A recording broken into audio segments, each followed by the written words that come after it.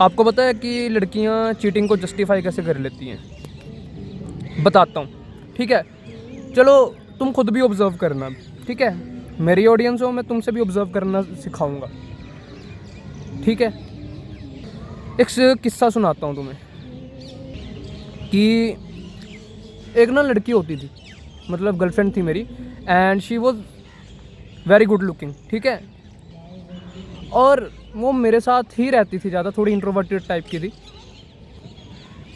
तो काफ़ी हंसते खेल के बात करते थे हम ना। एंड क्या हुआ कि वो कुछ दिन के लिए छुट्टियों पे चले गई।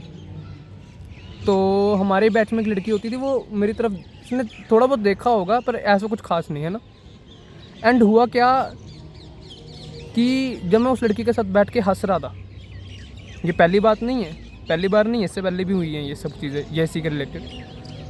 तो वो लड़की खुद बगल में आके बैठी और कहती हाय, एंड मेरे से ना क्लास का वर्क पूछने लगी। वो तो बहाना है।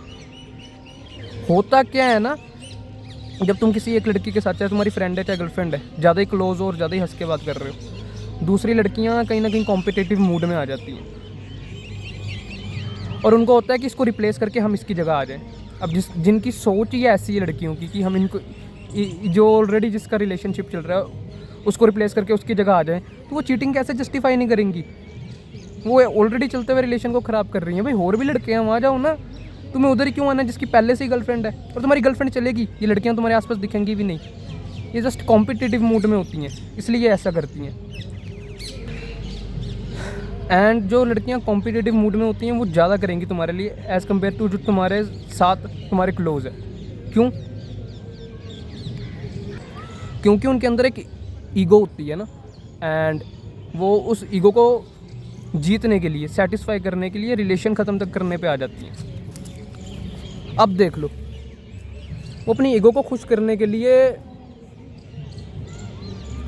एक पहले से चल रही जो लड़की है, वो उसका रिलेशन ख़राब करके उसकी जगह पे बैठने को तैयार हैं। उसके साथ बैठने के, उसकी जगह बैठने के लिए वो कुछ भी कर सकती हैं। इवन वो अच्छे अच्छे लड़के जो उसकी अप्रोचेबिलिटी में हैं उसको भी छोड़ सकती है। बस उसको उससे मतलब है जो पहले रिलेशन में है, वो उस लड़की का रिलेशन ख़राब कर सकती है उसकी जगह आने के लिए।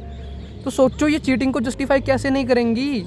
इनके अंदर एम्पैथी नहीं होती है, इनके अंदर एक बेसिक ह्यूमैनिटी, एक ऑर्गेनिक मोरालिटी, सोशल मोरालिटीज़ की बात नहीं कर रहा, बट एक जेन्युइन डिसेंट ह्यूमन मोरालिटी जो बाय कॉन्शियसनेस होती है वो भी इनके अंदर नहीं है। तो समझ रहे हो कि ये चीटिंग को जस्टिफाई क्यों कर लेती हैं? ये गिरी हुई हैं इसलिए, बाकी